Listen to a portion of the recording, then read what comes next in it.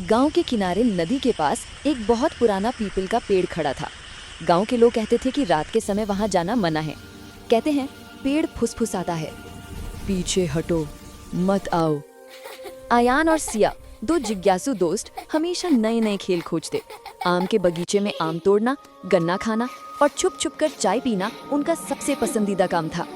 लेकिन उनकी सबसे बड़ी जिज्ञासा थी वो पुराना भूतिया पीपल का पेड़। एक शाम दिवाली की रात के ठीक बाद आयान ने कहा, चलो आज उस पीपल के पास चलते हैं।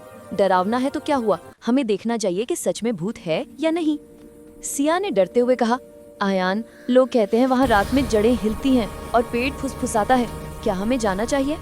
आयान ने हंसते हुए कहा, सिर्फ कहानियां हैं, डरकर तो हम घर पर बैठे रहेंगे, चलो। सूरज धीरे धीरे डूब रहा था। दोनों बच्चे चाय के मग हाथ में लेकर नदी के किनारे पुराने पीपल की ओर बढ़े। जैसे ही वे पेड़ के पास पहुंचे, अचानक हवा तेज हुई।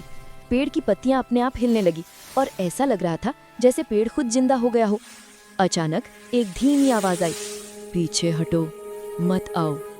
सिया ने कांपते हुए कहा, आयान, तुम्हें सुनाई नहीं दिया?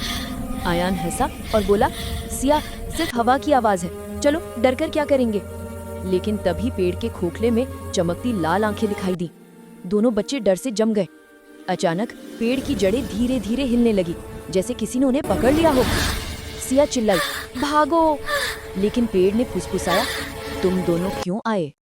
तभी खोखले में से एक छोटा बच्चा निकल आया। उसकी आंखें लाल और चमकदार थी और उसकी आवाज हल्की लेकिन डरावनी थी। मैं अकेला हूँ, मेरे साथ खेलोगे? आयान ने डरते हुए पीछे हटते हुए कहा, नहीं, हम जा रहे हैं। बच्चा अचानक गायब हो गया। पेड़ की जड़ें हिलते हुए फुसफुसाईं, फिर कभी वापस आओ। दोनों बच्चे दौड़ते हुए गांव पहुंचे। उनकी सांसें तेज थीं और दिल जोर जोर से धड़क रहा था। आयान की माँ ने पूछा, क्या हुआ बेटा, क्यों डर कर आ रहे हो? सिया ने फुसफुसाकर सब बताया। माँ ने गंभीर स्वर में कहा, बच्चों, कहानियां सुनकर डरना ठीक है, लेकिन सच में पेड़ का आदर करना जरूरी है। वहां अकेले मत जाना। उस रात गांव वाले देख रहे थे कि पुराना पीपल का पेड़ धीरे धीरे हिल रहा था और हवा के साथ फुसफुसाहट सुनाई दे रही थी। तुम आओगे, फिर खेलेंगे। आयान और सिया ने ठान लिया कि वे अब कभी अकेले उस पेड़ के पास नहीं जाएंगे। कुछ दिन बाद गांव के बच्चे कहते थे कि अगर रात को नदी के पास जाएं तो पेड़ से फुसफुसाहट सुनाई देती है। कभी कभी हल्की हंसी भी आती है, जैसे कोई बच्चा दूर से खेल रहा हो। और तब से गांव के लोग बच्चों को हमेशा कहते हैं, अगर पेड़ के पास जाओ तो हमेशा एक दूसरे का हाथ पकड़ कर जाओ और जल्दी लौट आओ। कहानी का अंत, भूतिया पीपल का पेड़ अभी भी वहीं खड़ा है।